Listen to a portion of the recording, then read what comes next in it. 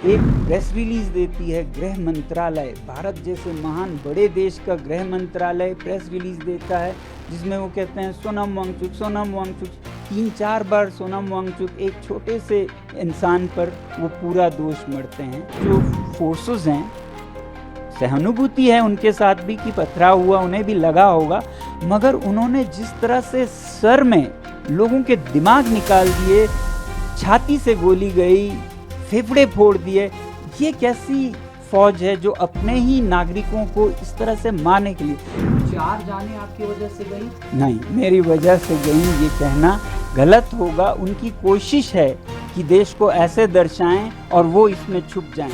अचानक से ऐसे हजारों में युवा निकल गए, मानो जैसे जेनजी रेवोल्यूशन सा हो, ऐसा एक शब्द निकल गया। वैसे मैं जेनजी प्रयोग नहीं करता हूँ ना, हमें जेनजी से इतना छूत-अछूत भी नहीं होना चाहिए। ऐसा कोई शब्द में तो बुराई नहीं है, पता नहीं कुछ लोगों को इतना क्यों लगता है। तो मुझ पर उन्होंने निशाना साधा और 1.5 महीना पहले हमें बताया गया कि आप पर एक FIR है, वो भी देशद्रोह का है। उसके बाद हमारे विद्यालय की ज़मीन वापस ले जा रहे हैं, ऐसा नोटिस आया।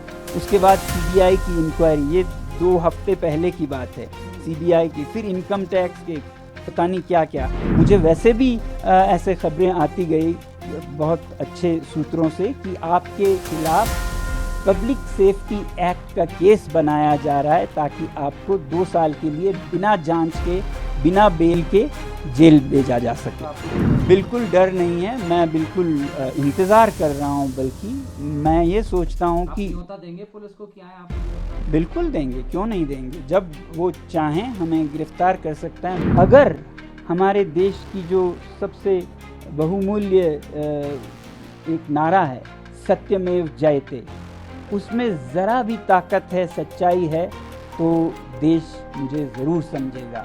विनती करता हूँ सरकार से कि इस मौत के बाद आप ऐसा खेल मत खेलिए कि ये उसका था, ये इसका था। समझिए कि पिछले 6 सालों में लद्दाख के साथ क्या हुआ। उन्होंने जल्दीबाजी में ढूंढा कौन कांग्रेस मिलता है जिस पे हम ये दोष मढ़ सकें। मैं तो था ही, आधा लेने के लिए उन्हें वो मिले। अब वो क्या माफ़ी मांगेंगे देश से? सबसे पहले तो मैं खुद बहुत बहुत दुखी हूँ, पूरा लद्दाख दुखी है कि इन माओं के बच्चे खो गए, और उसके बाद फिर हम आरोप प्रत्यारोप का ये खेल खेलें, ये अच्छा नहीं लगता। ये बहुत दुख की बात है कि हम अपने सर से जिम्मेदारी हटाकर किसी, जैसे कहते हैं ना, स्केपगोट, बलि का बकरा बना के उस पे मर दें। ऐसा खेल हमें नहीं खेलना चाहिए। ये चतुराई ज़रूर है मगर समझदारी नहीं है। Clever move but not wisdom. इस समय हमें विजडम की ज़रूरत है। हम साथ में बैठ के सोचें कि इन बच्चों की क्या ऐसी विवशता थी कि वो सड़कों पे इस तरह से निकल आए, और उसे सुलझाएं तो सब सुलझेगा। ये सीमा शांत होगी, ये देश प्रगति करेगा। ना कि हम इसने किया, उसने किया, मैंने कुछ नहीं किया, मैं तो अच्छा हूँ बोलें। क्योंकि सच्चाई ये है कि ये बच्चे बहुत परेशान से थे। आज ही नहीं, 2 महीने से नहीं, 5 सालों से, बल्कि 6 सालों से ये अनएम्प्लॉयड थे, जॉबलेस। और इनके जो अरमान थे कि लोकतंत्र होगा नए लद्दाख में, वो भी नहीं हुए।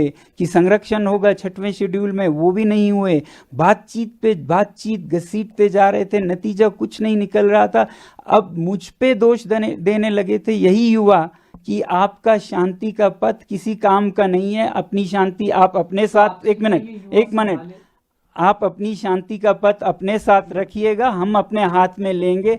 ऐसा मुझे बुरा भला कहने लग चुके थे। तो ये बहुत दुर्भाग्य की बात है। सबसे बड़ी बात ये हम माने, और अभी इनकी लाशें वहीं हैं और इस पे हम आरोप प्रत्यारोप। आप सोचिए, क्या ये अच्छा लगता है किसी भी देश में कि सरकार किसी एक को चुन के, किसी एक पार्टी को इसने किया, और जो कमियां हमसे रह गई इस गवर्नेंस में, इस सिस्टम में, उनको हम बिल्कुल नज़रअंदाज कर दें, तो फिर दोबारा ये उठेगा। आप किसको अकाउंटेबल मानते हैं? क्योंकि आपको मैं तब से फॉलो कर रहा हूँ, बहुत लंबा समय आपको तमाम लोग इंस्पिरेशन के तौर पर भी वांगचुक साहब देखते हैं।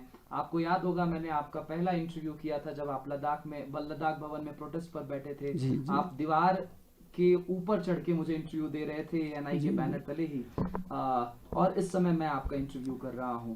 दोनों में जमीन आसमान का अंतर है। एक समय आप शांति के पथ पर तमाम लोगों को बढ़ा रहे थे और आज उल्टा आरोप लग रहा है मगर पथ वही है मेरा। तो मैं किसी को जिम्मेदार नहीं ठहराना चाहता हूं, मगर एक सच्चाई भी है ना कि 2020 से हमें वादा दिया गया कि आपको छठे शेड्यूल में संरक्षित किया जाएगा। खासकर इन नौजवानों को ये वादा दिया गया था कि 21,000 नौकरियां निकलेंगी, फिर 6,000 नौकरियां निकलेंगी, और निकला कुछ भी नहीं, ना के बराबर। शायद अभी हाल ही में 1-1,500 नौकरियां निकले होंगी। वो बिल्कुल बेरोजगार हैं, आप समझ रहे हैं। घर पे जाओ तो वो माँ बाप की टोक सुनते थे, बाहर जाओ तो बेकार हैं, दोस्तों में शर्मिंदा हैं। ऐसे में वो भड़क कर बाहर आ गए। वो बाहर कभी नहीं आते थे, बल्कि ये जो आंदोलन चल रहा था, इन सब लोगों की एक शिकायत थी कि ये युवा पीढ़ी बहुत मतलबी हैं, अपने घरों में घुसे रहते हैं, बाहर नहीं आते हैं, क्योंकि इनको डर है कि सरकार इनके चेहरों की तस्वीर लेगी और इंटरव्यूज़ में इन्हें हैरस करेगी। तो ये कभी नहीं निकलते थे।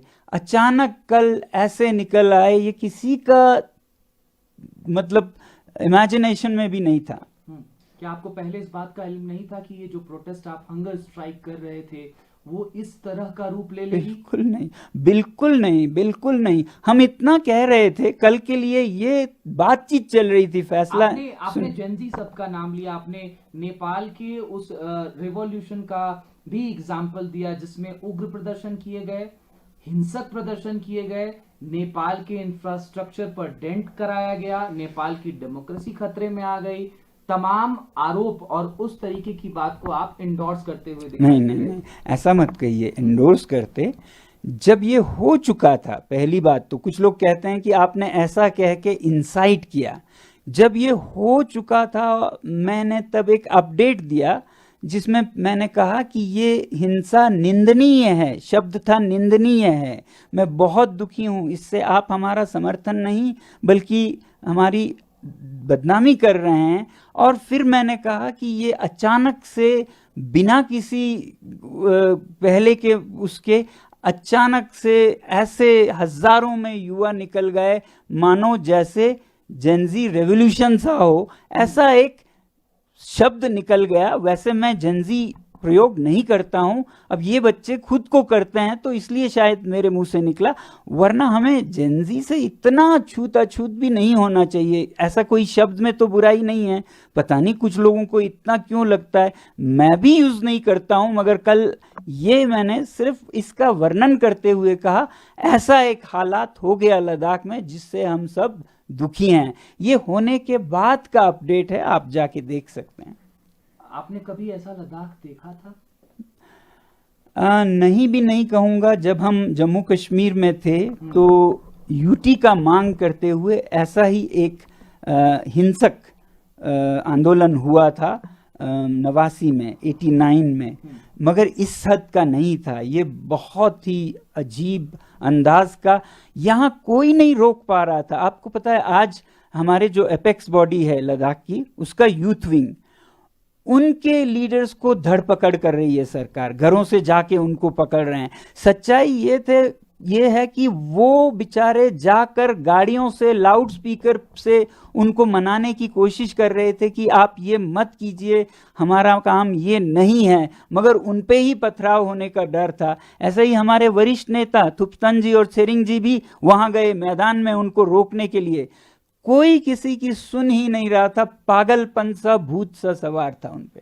तो वांगचुक साहब, किसी को गिरफ्तार ना किया जाए, किसी को अकाउंटेबल ना बनाया जाए, किसी के ऊपर अकाउंटेबिलिटी फिक्स ना किए जाए, कहा जाए कि ये सरकार की गलती है?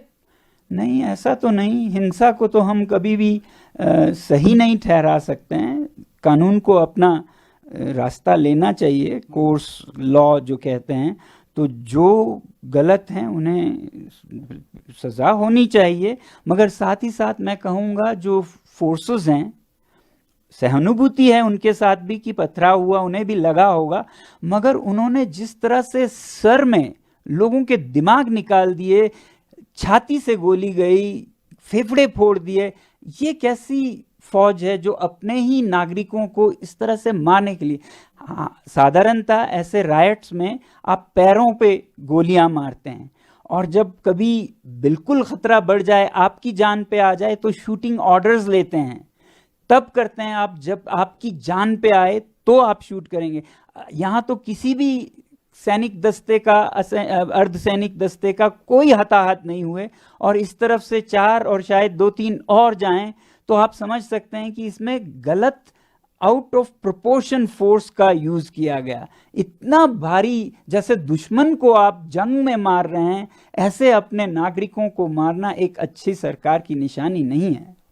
वांगचुक साहब, you are now saying that आपको स्केप गोट की तरह इस्तेमाल किया जा रहा है।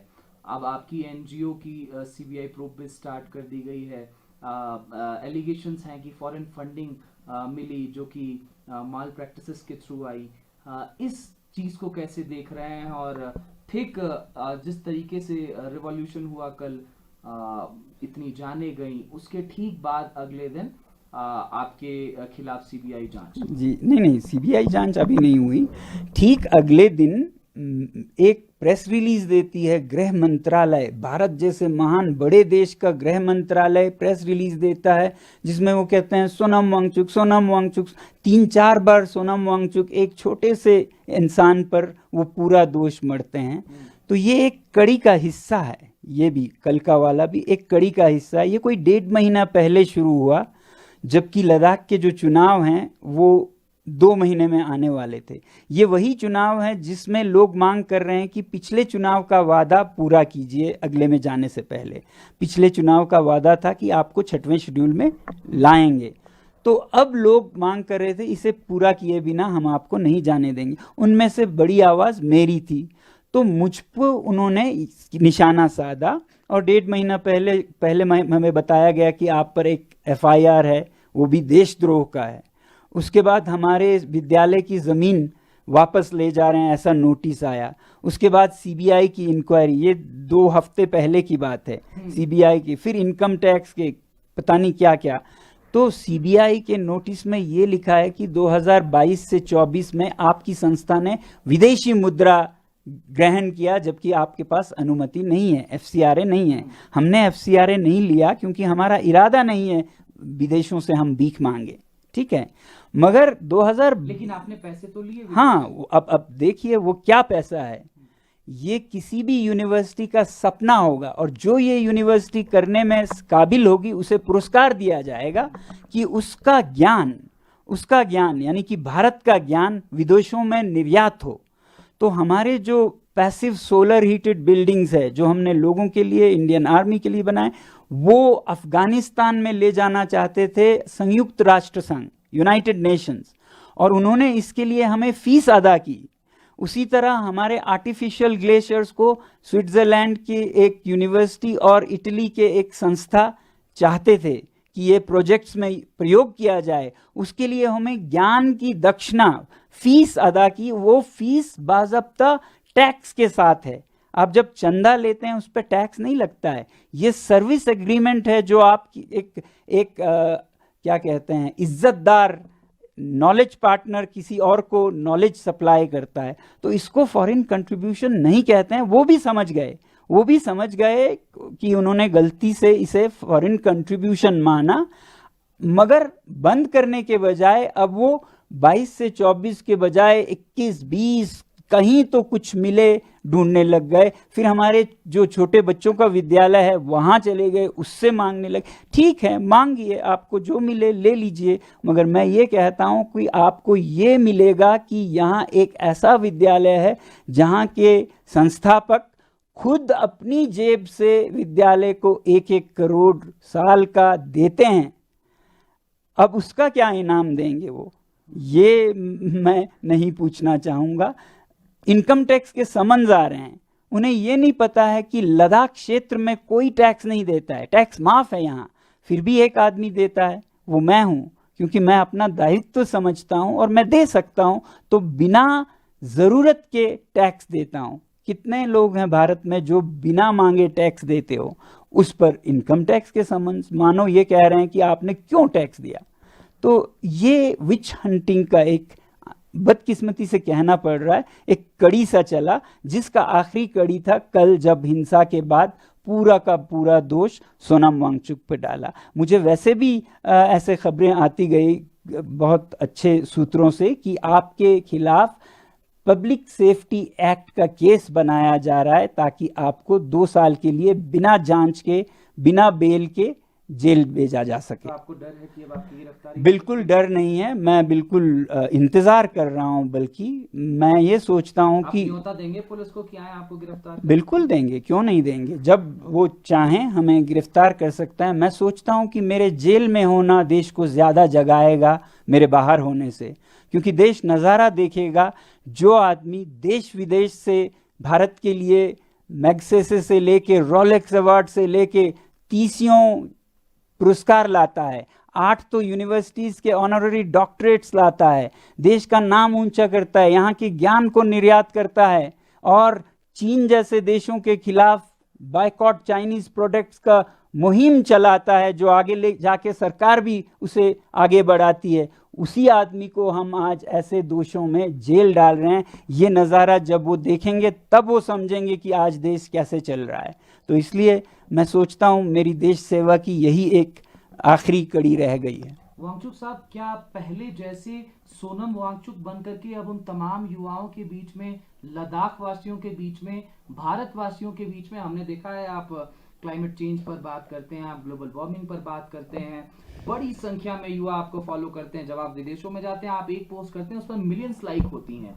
तो you are an youth inspiration sir, लेकिन क्या आपको लगता है कि अब वो क्रेडिबिलिटी उस सोनम वांगचुक की रह जाएगी, क्योंकि 4 जाने आपकी वजह से गई? नहीं, मेरी वजह से गई ये कहना गलत होगा। उनकी कोशिश है कि देश को ऐसे दर्शाएं और वो इसमें छुप जाएं, ये कोशिश है। देश के लोग इतने बेवकूफ़ नहीं हैं, आप समझ सकते हैं कि देश के लोग इतने नहीं हैं कि जो उनको खिलाया जाए वो पी जाएं, खा जाएं। देश ज़रूर समझेगा कि सच्चाई क्या है। क्या पुराने वाले सोनम वांगचुक की तरह, जैसे आप दिल्ली में बैठ जाते थे प्रोटेस्ट करने, आप तमाम जगहों से वो इंफॉर्मेटिव चीज़ें डालते थे, आप हंगर स्ट्राइक पर बैठ जाते थे, क्या आपको लगता है कि अब उसी तरीके से लद्दाख वासी, देशवासी आप पर भरोसा करेंगे उस पुराने वांगचुक की तौर पर? देखिए, लद्दाख वासी तो और भी 10 गुना करेंगे, क्योंकि उन्हें सच पहले से ही पता है। देशवासियों को जैसे जैसे पता चलेगा वो भरोसा करेंगे, उससे भी ज्यादा पहले से भी, क्योंकि अब तो ये 75 कठिन परीक्षणों से परखा हुआ सोना है। कल तक तो ये सोना है बोलते थे, मान लेते थे। अब उन्हें दिखेगा कि ये सोना कहीं गलता नहीं, पिघलता नहीं, बर्फ में हो चाहे आग में हो, ये खड़ा रहता है। अगर हमारे देश की जो सबसे बहुमूल्य एक नारा है, सत्यमेव जयते, उसमें ज़रा भी ताकत है, सच्चाई है, तो देश मुझे ज़रूर समझेगा, अगर सत्यमेव जयते अभी भी जिंदा है तो। वांगचुक साहब, मेरा ये अंतिम सवाल रहेगा कि अब आप क्या उसी बुलंदी के तौर पर लद्दाख के पूर्ण राज्य की मांग हो, 6th स्केड्यूल की मांग हो, उसको आगे बढ़ाएंगे? क्योंकि अब हमने देखा कि इस प्रोटेस्ट को उस तरीके से लोग नहीं देख पाएंगे, तो क्या अब कल से उसी तौर पर आप लग जाएंगे? क्योंकि आपने तो हंगर स्ट्राइक भी खत्म कर दी, अब आप पर तमाम आरोप हैं, तो क्या उसी मोटिवेशन के साथ, उसी ऑप्टिमिस्टिक एटीट्यूड के साथ आप वो सारी मांगे लद्दाख के लिए कल से रखेंगे? पहली बात, अगर हमने, आप रखेंगे ANI पर? जी, अगर हमने अनशन बंद किया वो देश हित में, लोगों के हित में किया, कि अगर इतना उपद्रव हो रहा है तो ऐसे में हम अनशन ही हटा देंगे, क्योंकि इस उपद्रव के पीछे युवा का डर था कि ये अनशन वालों को कुछ हो ना जाए, इसलिए वो भड़क गए थे कि 14वें दिन पे 2 लोग अस्पताल चले गए, ले जाना पड़ा गंभीर स्थिति में। तो ये डर था, तो हमने कहा कि ये अनशन ही हम हटाएंगे, आप कृपया ऐसा मत कीजिए। ये मेरा एक योगदान था कि शांति कैसे जल्दी से जल्दी लाएं। ठीक है, आगे जाने की बात है लद्दाख के लोग तो जैसा मैंने आपको कहा सब समझते हैं और लोगों को भी समझ आएगी। हाँ, हम वैसे ही कहेंगे कि जो वादे थे आप पूरा कीजिए, वही एक तरीका है लद्दाख के युवाओं के मन को शांति देने का और जिनकी मृत्यु हुई उनके आत्मा को शांति देने का, कि आखिर आप समझे हमारे दर्द को। अभी भी आप अगर उस दर्द को न समझी करके कालीन के नीचे दबाएं और औरों पे दोष साधते रहें तो न उनकी आत्मा को शांति मिलेगी, न इनके गुस्से ठंडा होगा, तो ये और भड़केगा। तो ऐसा न करें। मैं कृपया विनती करता हूं सरकार से कि इस मौत के बाद आप ऐसा खेल मत खेलिए कि ये उसका था, ये इसका था। समझिए कि पिछले 6 सालों में लद्दाख के साथ क्या हुआ। देश मतलब बुद्धू नहीं है ना, देश ने देखा है सोनम वांगचुक हमेशा अनशन के पथ पर, पदयात्रा के पथ पर शांति के साथ ही चला, कभी उससे डगमगाया नहीं। अब आज अगर हालत हद से निकल गए तो फिर वो हालात की बात है कि युवा ने हमें रिजेक्ट कर दिया। हमें खुद दुख है कि आज हम फेल हुए, हमारा जो पाथ था उसको उन्होंने रिजेक्ट किया और वायलेंस पे चले गए। हमें तो दुगना दुख है। एक तो जो हुआ, एक छोटा सा जी मैं सवाल जोड़ना चाहूंगा, क्या कांग्रेस पार्टी से भी आपकी इस बीच कोई बातचीत हुई थी? क्योंकि हिंसा के तुरंत बाद भारतीय जनता पार्टी की तरफ से एक बयान निकल करके आया कि कांग्रेस पार्टी के कुछ लोग इस कहीं ना कहीं हिंसा को बढ़ाने में दिखाई दिए। बीजेपी दफ्तर में घुसने वाले व्यक्ति का नाम जो है वो कांग्रेस नेता के तौर पर सामने आया। पहले ये बताऊं, कुछ ही हफ्ते पहले कांग्रेस पार्टी को हमारे एपेक्स बॉडी से निकाल दिया गया था ताकि ये अपॉलिटिकल रह सके। तो आप समझ सकते हैं कि कांग्रेस से कोई लेना देना नहीं है इस आंदोलन का। उन्हें तो आंदोलन से हटने को कहा जब तक इलेक्शंस खत्म ना हो, वरना उनकी भी जगह है उसमें। अब दूसरी बात, जिस तरह से इस उपद्रव के होने के बाद ही बीजेपी ये इल्ज़ाम लगा रही थी, एक फोटो दिखाकर जो संवाददाता उनके बता रहे थे कि देखिए ये सेपक हैं, ये काउंसलर हैं नॉर्दर्न या अपर ले के वार्ड के। अब आपको कैसा लगेगा अगर मैं ये बताऊं कि वो तस्वीर जो वो दिखा रहे थे वो गलत था। वो किसी और के तस्वीर को लेके जल्दीबाजी में उसे कांग्रेस का काउंसिलर लेके सबको देश को दिखा रहे थे, और सच में ये कोई और था, उनके कोई दूर के रिश्तेदार थे, और उनको और उनके इस परिवार को आज पुलिस हिरासत कर रही है, हैरेस कर रही है, मारपीट कर रहे हैं। ये इस तरह से ये नहीं थमेगा और भड़केगा। युवाओं को अब दर पकड़ करें इतने हंगामे के बाद। ऐसे बेचारे कांग्रेस के काउंसिलर के नाम पे आप किसी और को सता रहे हैं। वो कोई और था जो मास्क में था, दिखता वो वैसा ही था, तो उन्होंने जल्दीबाजी में ढूंढा कौन कांग्रेस मिलता है जिस पे हम ये दोष मढ़ सकें। मैं तो था ही आधा लेने के लिए, उन्हें वो मिले। अब वो क्या माफ़ी मांगेंगे देश से? क्या वो माफ़ी मांगेंगे देश से अगर वो सच में एक सच्चे प्रवक्ता हैं बीजेपी के? मैं ये उनसे पूछना चाहूँगा। आप चाहते हैं कि वो माफ़ी मांगे? अगर उन्होंने गलती की, किसी दूसरे को उन्होंने कांग्रेस का बताकर बदनाम करना चाहा, तो उन्हें मांगनी चाहिए। बहुत शुक्रिया वांगचुक साहब। हम इस दुख की घड़ी में पूरे लद्दाख वासियों के साथ खड़े हैं। हम आशा करते हैं कि लद्दाख उसी तरीके से सफेद दिखाई देगा जैसे पहले दिखाई देता था, शांति के स्वरूप में। बहुत शुक्रिया ANI के साथ जुड़ने के लिए। बहुत बहुत धन्यवाद। आपका भी हमारे संदेश को देश तक पहुंचाएं।